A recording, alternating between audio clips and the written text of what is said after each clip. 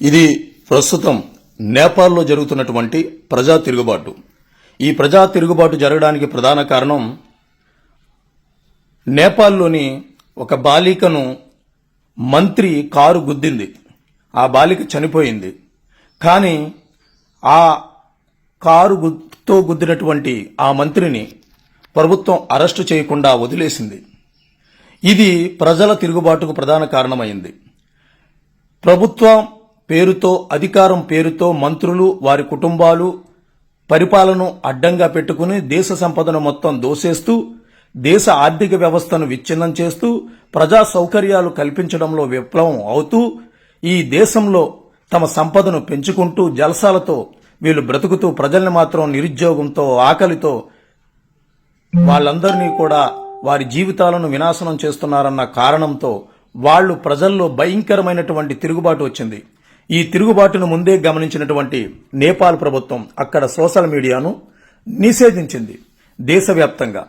ఇక్కడితో ఈ ప్రజల్లో ఉన్నటువంటి అతి కొద్ది కోపం తీవ్ర రూపం దాల్చి ఇక వారి యొక్క కోపం కట్టలు తెంచుకుని ఈ నేపాల్లో ఉన్నటువంటి మొత్తం దేశ ప్రజలందరూ కులాలు, మతాలు, వర్గాలు, ప్రాంతాలు, జాతులు అంటూ లేకుండా తిరుగుబాటును ప్రారంభించి మంత్రుల ఇళ్లపైన దాడులు చేసి కొంతమందిని చంపేశారు, కొంతమందిని కొట్టి తరిమేశారు, కొంతమంది హెలికాప్టర్లో ఆ దేశం నుంచి పారిపోయారు. ఇది వారి తిరుగుబాటు. మరి మన భారతదేశంలో కూడా తీవ్రమైనటువంటి అవినీతి ఉంది.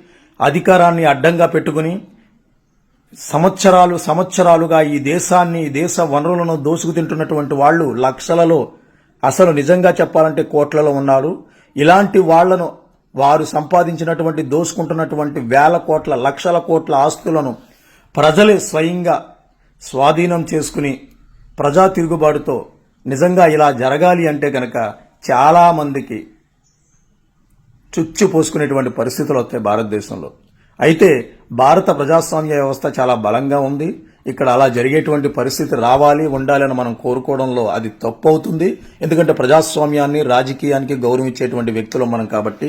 కానీ ఏదో ఒక రోజు ప్రజలు కనుక తిరుగుబాటు చేస్తే ఇలాంటి పరిస్థితులు వస్తాయని నేటి పాలకులు గుర్తించి ప్రజా సౌకర్యాల కోసం, సుపరిపాలన కోసం, ప్రజా అవసరాలను గుర్తిస్తూ, నిరుద్యోగ సమస్యను నిర్మూలిస్తూ, యువతకు సరైనటువంటి అవకాశాలు కల్పిస్తూ, ఉచిత పథకాల పేరుతో ఈ దేశాన్ని నాశనం చేయకుండా, ఈ దేశ సౌభాగ్యతను కులమతాల పేరుతో విచ్ఛిన్నం చేయకుండా, దేశ వ్యవస్థను, సమగ్రతను, ప్రజాస్వామ్యాన్ని, రాజ్యాంగాన్ని ఎకనైనా కాపాడే బాధ్యతను దీని ద్వారా నేపాల్లో జరుగుతున్నటువంటి పరిస్థితులను బట్టైనా సరే మనం తప్పు చేస్తున్నాము అన్న ఆలోచన ఉన్న ప్రతి ఒక్కరు కూడా తమ తప్పును గుర్తించి తమ తప్పును మళ్లీ పెంచుకుంటూ పోకుండా ఈ దేశ వ్యవస్థలో మీ యొక్క గౌరవ విలువలు, మర్యాదలను కాపాడుకోవడానికి ప్రయత్నం చేయాలని, భారతదేశం యొక్క విశిష్టతను ప్రపంచపటంలో వెలిగేలా చేయాలని చెప్పేసి కోరుకుంటున్నాము.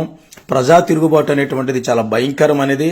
అది ఎక్కడ వచ్చినా అక్కడి ప్రభుత్వాలతో కూలిపోవడంతో పాటు, అక్కడి ప్రభుత్వ వ్యవస్థలు స్తంభించిపోవడంతో పాటు ఆ దేశ ఆర్థిక వ్యవస్థ విచ్ఛిన్నమవుతుంది అన్న విషయం మీకు తెలుసు.